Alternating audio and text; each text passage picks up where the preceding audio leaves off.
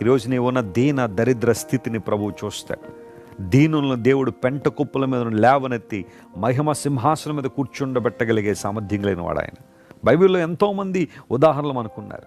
దావీదు భక్తుణ్ణి మనం పరిశీలన చేస్తే గొర్రెల దొడ్ల నుండి దేవుడు అతన్ని పిలిపించి తన ప్రజలను ఇశ్రాయేలును ఏలుబడి చేసే స్థాయికి దేవుడు తీసుకొచ్చాడు. ఎవ్వరూ ఊహించుంటారు దావీదు ఆ స్థాయికి వస్తాడని. గొర్రెలు కాసుకుంటున్నాడు, భవిష్యప్పుడు 100 గొర్రెలు ఉంటే ఇంకో 200 గొర్రెలు మేపుతాడేమో తన జీవితాంతం అంతా కలిపి అని అనుకోవచ్చేమో. కానీ ఆ పరిస్థితుల నుంచి దేవుడు తీసుకొచ్చి ఇశ్రాయేలు ప్రజల్ని పరిపాలన చేసే స్థాయికి తీసుకొచ్చాడు.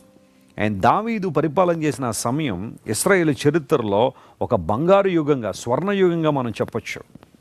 అలాంటి ఉన్నతమైన ఆశీర్వాదాలతో దేవుడు దావీదు నింపాడు. ఒకవేళ ఈ రోజున నీ జీవితంలో కూడా నా మొర ఎవరు వింటలేదండి, నన్ను ఎవరు పట్టించుకోవట్లేదని బాధపడుతున్నావేమో, దేవుడు నీ ప్రార్థన ఆలకిస్తాడు.